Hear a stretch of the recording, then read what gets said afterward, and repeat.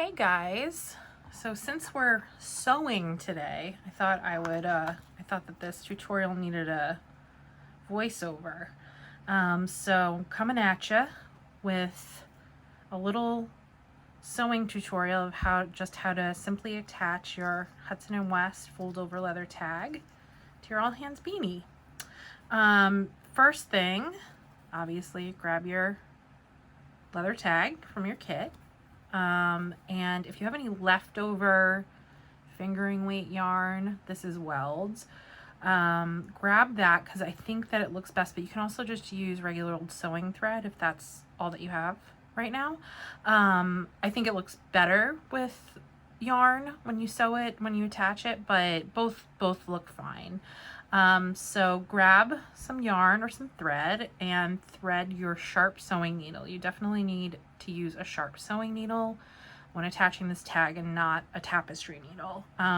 They're too big. Tapestry needles are too big to go through the holes in the tags, and it's just going to be so much easier if you use a sharp one. So if you have a sewing kit that has one of those needle threaders, grab that because it helps pull the yarn through the smaller eye of the needle on sewing needles. That's my hot tip right there, but I've just threaded this for sake of time. And first things first, you just want to kind of like place the tag where you want it to go. So I want my tag to go a little off to the side of these decreases that are up here, so it's just off center. I'm going to fold it over like so. And one hot tip here is to stretch your fabric out when you sew it on.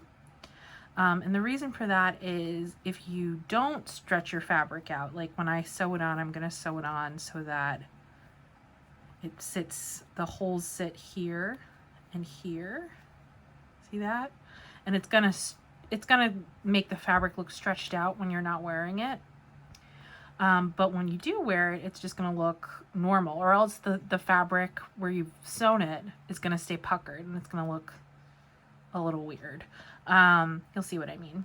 So I want it about here. So I'm going to take my little sewing needle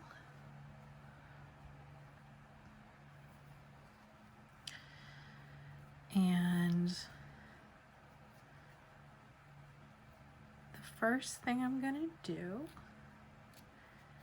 is thread it under here. Now I'm doing this to eventually hide the ends.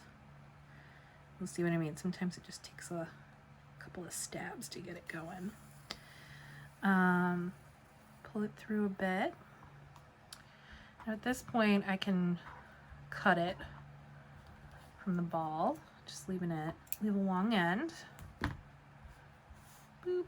There we go. And I'm going to attempt to pick up my sewing needle off the table. And we're going to go through the fabric right under the hole. Just want to make sure you guys can see this. So I'm going to go through the fabric.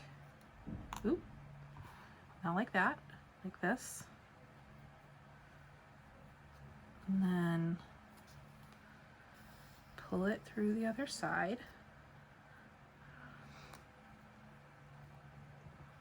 And then just holding it at this point is really key to make sure it stays in place, doesn't slide around, because you want the back to line up with the front as much as possible. So I'm going to turn it around so you can see it a little bit better.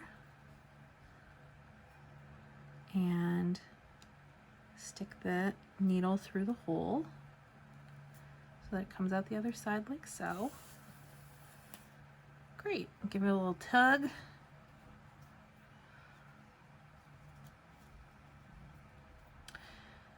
And then just repeat a couple more times just to make sure it's secure. Now I like using contrast yarn or contrast fabric for this, just because I like the little pop of color but you can use matching thread.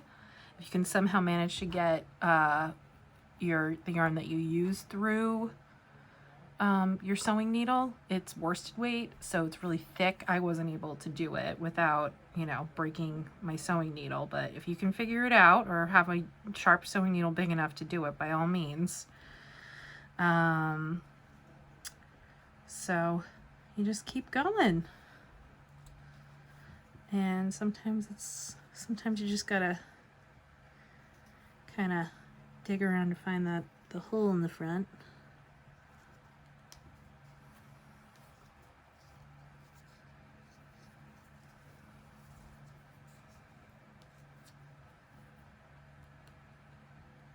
There we go.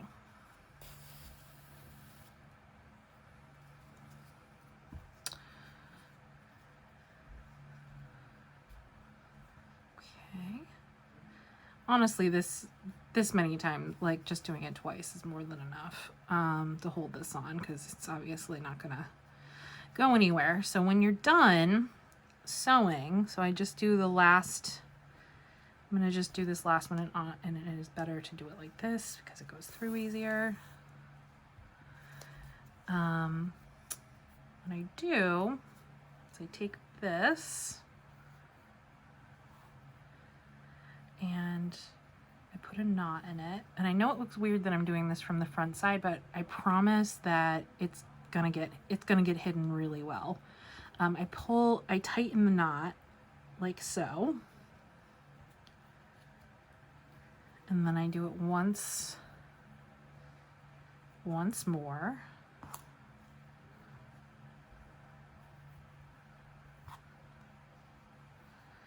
Like that.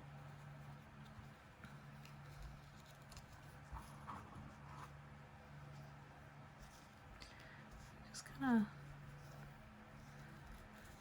pull it a little bit.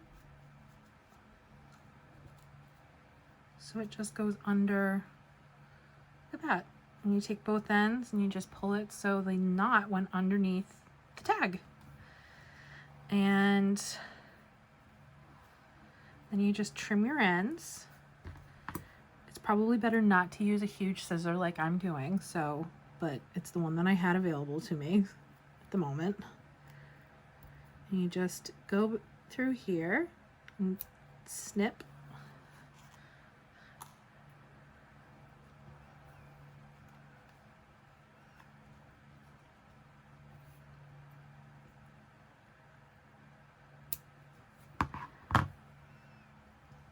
Give it a little tuck again. Now I know, like, you can see a little bit of fluff there, but just push it and it'll go underneath. And when you sew the other side down, it's going to get smushed right underneath the tag. So what you do, and this is the part where you really have to think about stretching out the fabric, is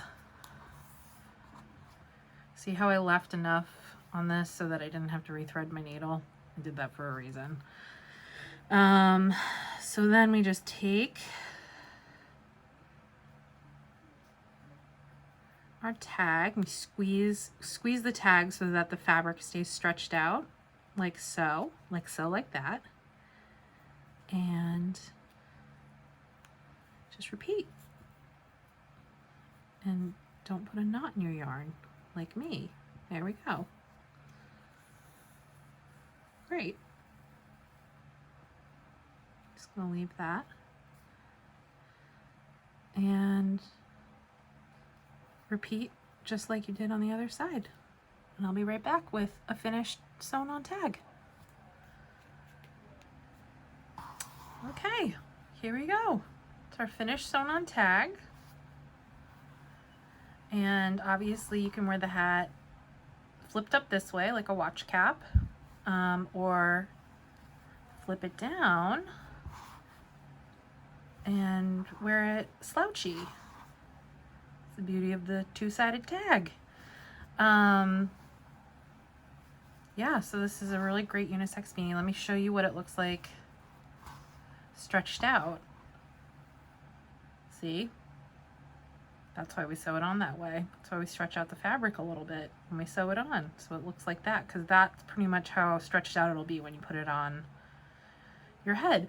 So usually what I would do is wash it, hand wash my hat before I sew on the tag, but these tags you can wash, meaning that you can soak your finished knit in cool water with just some gentle wool wash, or even just some gentle dish soap like Dawn. I use Dawn frequently actually, for like 15 minutes, and then wring it out in a towel and either lay it out to dry just like this or like this, depending on how you want to wear it. Either way is fine, honestly, but if you plan on wearing it long like this for a slouchy look, then I would recommend just like leaving it to dry like this. It'll dry faster anyway without the folds in it. It doesn't matter which way you lay it out to dry. So yeah, or you could put it on a round like head form if you have anything like that, or even like a bowl or a balloon. You don't want to stretch it out too much because it'll lose its nice elasticity, which is what's so great about a ribbed beanie like this, is that it fits just about any head size because it's super stretchy and elastic.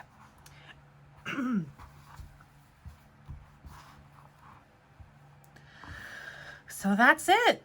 Stay tuned for the next set of tutorials that should be coming up soon. Thanks, everybody.